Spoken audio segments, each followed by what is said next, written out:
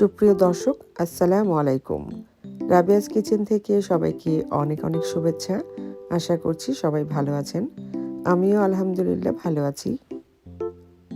আজ আপনাদের জন্য থাকছে ভীষণ স্বাদের মুগ পাক্কন পিঠা। পাক্কন পিঠা কয়েকভাবেই তৈরি করা যায় এবং প্রত্যেকটা পিঠারই কিছুটা ভিন্নতা আছে। আমি আপনাদেরকে ইনশাল্লাহ কয়েকটি পর্বে কয়েক রকমের পাক্কন পিঠা তৈরি করে দেখাবো। আমি আশা করছি আমার আজকের এই পিঠার রেসিপিটি আপনাদের অনেক ভালো লাগবে এবং উপকারে আসবে। আর ভালো লাগলে অবশ্যই লাইক, কমেন্ট ও শেয়ার করতে ভুলবেন না। তো চলুন দেখিয়ে দিচ্ছি কিভাবে এই মুগ পাক্কনটা আমি তৈরি করছি। প্রথমে আমি একটি পাত্রে 1 কাপ মুগ ডাল নিয়ে হালকা করে ভেজে নেব, যাতে করে মুগ ডালের কাঁচা গন্ধটা চলে যায় এবং সুন্দর একটা ফ্লেভার যোগ হয়। মুগ ডালটি ভাজা হয়ে গেছে, এবার আমি অন্য একটা পাত্রে তুলে নিচ্ছি আর এতে দিয়ে দিচ্ছি বেশ খানিকটা পানি। মুগ ডালগুলোকে ভালো করে ধুয়ে নিব। ধোয়ার পরে আমি মুগ ডালে 2 কাপ পানি দিয়ে ঘন্টাখানিক ভিজিয়ে রাখব। ঘন্টাখানিক পরে আমি এই ডালগুলোকে যে পাত্রে সিদ্ধ করব সে পাত্রে নিয়ে নিচ্ছি আর এই 2 কাপ পানিতেই আমি সিদ্ধ করে নেব ডালগুলোকে। প্রথমে চুলার আগুনটা বাড়ানো থাকবে। পানিতে বলক আসার পরে আধা চা চামচ লবণ দিয়ে ডালটাকে সিদ্ধ করে নেব। ডালটা ভালো করে সিদ্ধ হয়ে গেছে। এবার এতে দিয়ে দিব 2 কাপ তরল দুধ, আর এই দুধটা পিঠার স্বাদটা বাড়িয়ে দেবে অনেক গুণ। এবার ডালটাকে ভালো করে ফেটিয়ে নিচ্ছি। ব্লেন্ডার করার দরকার নেই, কারণ মিহি হয়ে গেছে। আর দিয়ে দিচ্ছি সামান্য জাফরান কালার। এটা না চাইলে আপনারা বাদ দিতে পারেন। এবার দিব 1 টেবিল চামচ ঘি। এই ঘিটা আমার নিজের হাতের তৈরি। এর লিঙ্কটা আমি নিচের ডেসক্রিপশন বক্সে দিয়ে দিব, আপনারা চাইলে সেখান থেকে দেখে নিতে পারেন। আর দিব সামান্য লবণ, কারণ লবণ আগেও দিয়েছি আমি। চিনি 1 টেবিল চামচ।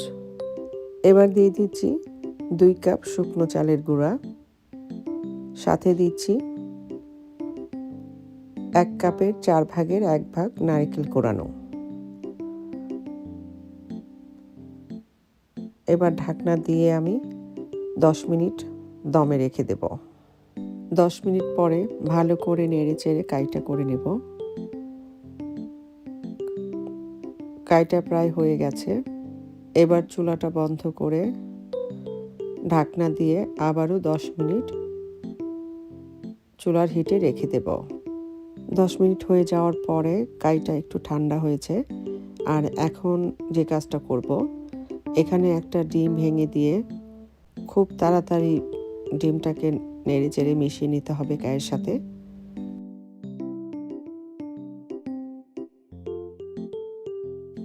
এবার একটা পাত্রে আমি কাইগুলোকে তুলে নিয়ে ময়ান করে নেব, মথে নেব।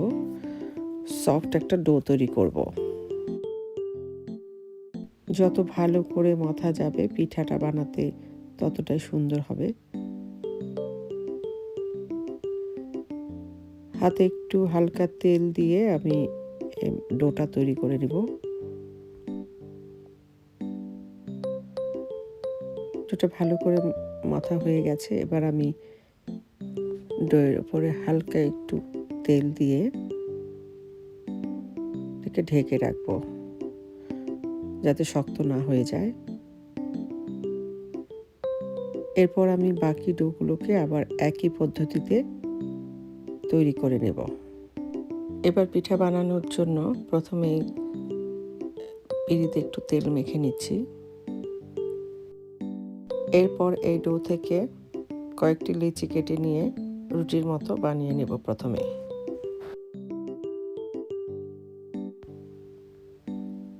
রুটিতে একটু তেল মেখে নেব। আর রুটিটা ঠিক এরকম মোটা হবে, এর বেশি মোটা করা যাবে না, তাহলে ভিতরটা কাঁচা থাকবে। এবার যার যার পছন্দ অনুযায়ী ডিজাইন করে নিতে পারেন। আমি বেশ কয়েকটা ডিজাইনই আপনাদেরকে দেখাবো। এটা পাতার শেপ করে নিচ্ছি। আর এই কাজগুলো করছি আমি টুথপিক আর কাঁটা চামচ দিয়ে।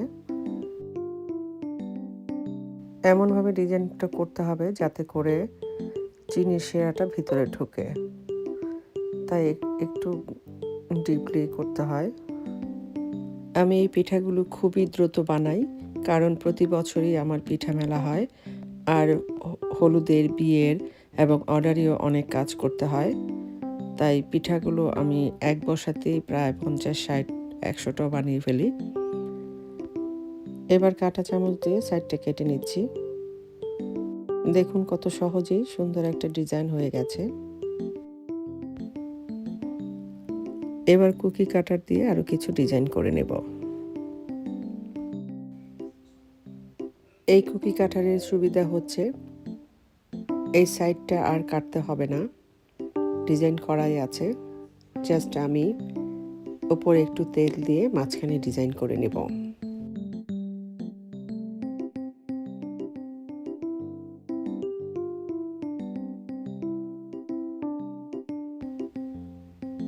সবগুলো পিঠাতেই ডিজাইন করা হয়ে গেছে।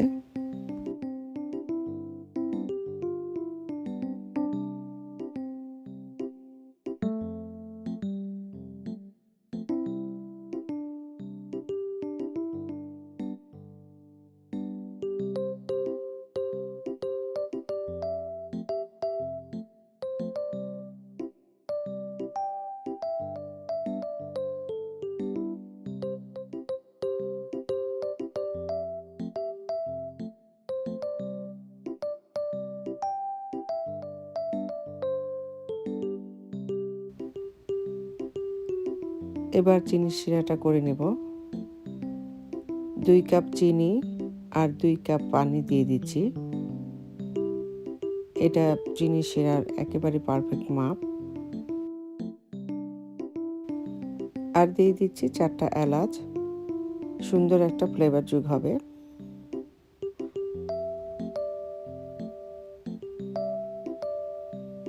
পানিগুলো ভালো করে ফুটে উঠলেই দিয়ে দিব 1 টেবিল চামচের মতো লেবুর রস। এই লেবুর রসটা দেওয়ার ফলে যেটা হবে, চিনির শিরাটা ঠান্ডা হয়ে গেলেও শক্ত হবে না, এবং চিনিতে যদি কিছু ময়লাও থেকে থাকে সেটা কেটে যাবে।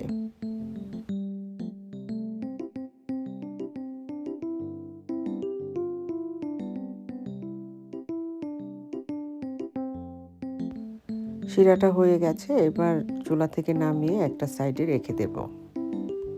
পিঠাগুলো ভাজার জন্য চুলায় প্যান বসিয়ে দিলাম, আর এতে দিয়ে দিচ্ছি বেশ খানিকটা তেল। পিঠাগুলোকে ডুবো তেলে ভাজতে হবে। তেলটা একটু ভালো করে গরম হলেই পিঠাগুলো দেব। প্রথমেই চুলাটা বাড়িয়ে তেলটা ভালো করে গরম করে নেব। তারপর তেলটা গরম হয়ে যাওয়ার পরে চুলার আগুনটা মিডিয়াম থেকে লোতে রেখে পিঠাগুলো ভাজবো। তেলটা গরম হয়েছে কিনা একটু চেক করে নিচ্ছি। গরম হয়ে গেছে। এবার চুলার আগুনটা মিডিয়াম থেকে লোতে রেখে পিঠাগুলোকে আমি ভেজে নেব। পিঠাগুলোকে এপিট ওপিট করে ভেজে গোল্ডেন কালার হলে নামিয়ে নেব। একটু ধৈর্য ধরে এই পিঠাগুলো ভাজতে হবে, আর চুলার আগুনটা খেয়াল করতে হবে, কোনো মতেই বাড়ানো যাবে না, তাহলে উপরটা পুড়ে যাবে আর ভিতরটা কাঁচা থাকবে। পিঠাগুলো গোল্ডেন কালার হয়ে গেছে। এবার তুলে চিনির শিরা দিয়ে দিচ্ছি। আর খেয়াল করবেন চিনির শিরাটা যেন একেবারে ঠান্ডা না থাকে, হালকা গরম কুসুম গরম অবস্থায় চিনির শিরাতে ছাড়তে হবে। 5 মিনিটের মতো চিনির শিরাতে রেখে পিঠাগুলোকে তুলে নিচ্ছি।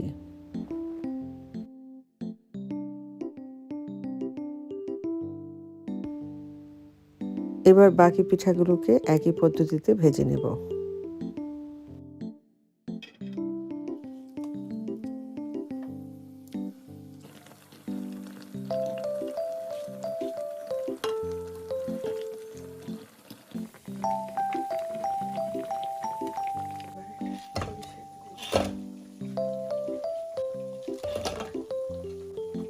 এই পিঠাগুলো ঠান্ডা হওয়ার পরে এয়ারটাইট বক্সে রেখে বেশ কিছুদিন খেতে পারবেন, একেবারে মচমচে থাকবে। বাতাস ঢুকলে একটু নরম হয়ে যেতে পারে। এবার একটা পিঠা ভেঙে দেখাচ্ছি। দেখুন উপরটা কতটা মচমচে এবং ভিতরটা রসালো। তো আমি আশা করছি আমার আজকের এই রেসিপিটি আপনাদের অনেক ভালো লেগেছে। আর ভালো লাগলে অবশ্যই লাইক, কমেন্ট ও শেয়ার করতে ভুলবেন না। যারা আমার চ্যানেলটি অলরেডি সাবস্ক্রাইব করে নিয়েছেন তাদেরকে অসংখ্য ধন্যবাদ। যারা এখনও করেননি প্লিজ করে নেবেন। পাশে থাকা বেল আইকনটি ক্লিক করে আমার চ্যানেলের সাথেই থাকবেন।